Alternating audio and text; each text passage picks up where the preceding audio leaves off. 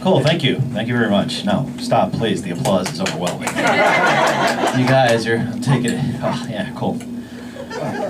You're all looking at me like I could be the bouncer at a gay hookah bar. All right. Dig that. Nice. So I saw my first butterfly today. Yeah, it was tattooed to some guy's face. It's a very nice look for him. It's right next to his teardrop tattoo. Apparently this guy killed a lot of butterflies. Is LA like the dopey tattoo capital of the world? I see so many dopey and vulgar tattoos here. Half the time I just want to rip that crap right off their arms. I was at the gym and I saw this one guy with a tattoo of the word mob on his arm. Except mob was an acronym that stood for money over bitches. And I realized about people who have money over bitches tattoos, they usually don't have either one of those things in their lives. They don't have any money, they don't have any women, they definitely don't have any common sense. Of course this guy's gonna choose money over bitches, because usually bitches don't want to go out with you, especially when you call them bitches. If I was that guy, I would get a tattoo of the word banjo written on my arm, except banjo would stand for broke and jerking off. It's like, I'm sad and lonely. Yes, you are, loser. Yes, you are. You ever notice how anyone who's ever called anybody a loser is in fact themselves the biggest loser ever? The best example of that would be the Maury Povich audience calling the Maury Povich guests losers. Holy God, they're all one and the same, aren't they? What, do all the guests and audience members all go through the same entrance? Is that it? Does Maury Povich just sit his audience down and then ask who wants to be on the show? Is that it? And all those audience members are so smug. They're like, oh my God, can you believe this loser? Yeah, he cheated on his wife and got his girlfriend pregnant. I would never do that. Yeah, I would cheat on my wife and ask my girlfriend to get an abortion. That's what I would do. Basically, the theme of that night and the motto that I'm trying to say is people who live in glass trailers should not throw rocks. Went on a job interview and I had this corporate douchebag ask me all these annoying corporate douchebag type questions. He was such a jerk, and he wasn't more qualified than me, but because he was in a position of power, he felt like he can get away with asking me all those annoying questions. The first question out of his mouth is like, so, what do you think your dream job is? I'm like, not working in a shithole like this for minimum wage. How about that for starters? And he kept going with the stupid questions. He's like, so, what do you think your greatest weaknesses are? I'm not going to tell you that. I'm going to lie to you. You think I'm going to be honest with you? I'm going to lie to you. Oh yeah, my greatest weaknesses? Let me see. I care way too much. I'm all in all the time. I'm a people person. Because I was going to be honest with you, it'd be a totally different ballgame. Yeah, my greatest weaknesses? Let me see. I get up at about 2 in the afternoon. I piss in the sink and I believe in ghosts. Did I get the job? Probably not. I wouldn't hire me either.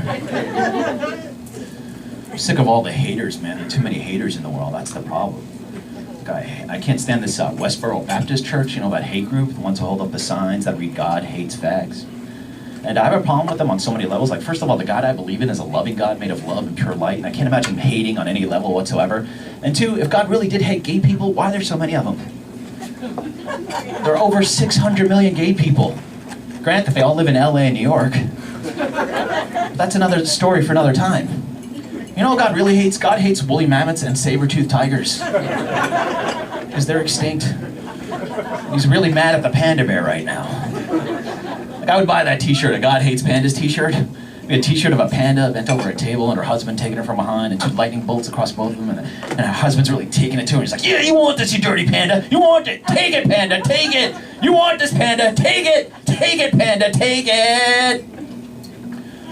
I'm sorry, that's a little too much energy for this room. I apologize. I go a little too far, probably so. My bad. Of course, you have all these politicians who say that being gay is unnatural and you'll never find homosexuality in the animal kingdom, which I don't agree with. I mean, how many times have you seen gay dogs? Just like gay dog nuts on top of gay dog nuts. You know, it's one thing you'll never ever find in the animal kingdom, and I mean never, monogamy. Like, you'll sooner see 2 gay turtles sucking each other off, and you'll see like a male turtle and a female turtle holding hands for the rest of eternity, kissing each other for the rest of eternity, rubbing each other's shells for the rest of eternity, celebrating their 50th wedding anniversary, just being in love and doing it turtle style for the rest of eternity. I think it's pretty obvious that my wife left me, isn't it? Woman is never coming back, and I can't say I blame her. But I'm sick of the haters, man. I've been doing a lot of traveling, and I see a lot of racist bathroom graffiti. It's one thing I never understood, racist bathroom graffiti. I mean, how angry do you have to be to stop what you're doing in a public toilet? To spew out your racist manifesto. Like, I've been pretty angry before in public toilets, but nothing to do with race relations. What to do with the fact I couldn't get any toilet paper. You have to see some of the stuff too. It's actually quite angry and vile. It's like, KKK, white supremacy. Then they go on to berate every single race in the world. Here's where the irony comes in. Every single word on the wall is actually misspelled. Okay, man, if you're gonna claim supremacy, don't you think you should learn how to spell first? You figure a supreme being would at least use a dictionary. But you have to see some of the stuff. It's actually quite angry and laughable at the same time. It's like, KKK, white supremacy. I hate Nigers and spices. Yeah, and I hate paprika and basil too, but instead of writing that on a wall now, dude, you're a retard. Cut it out!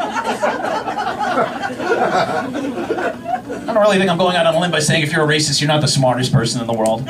I remember seeing this one bit of graffiti where the guy didn't know how to draw a swastika. Kind of looked like a snowflake. I'm like, oh my God, would you look at this? This guy obviously hates blacks and Jews, but at least he has the love of Christmas in his heart. You know what, you guys have been great. God bless. Enjoy the rest of the evening.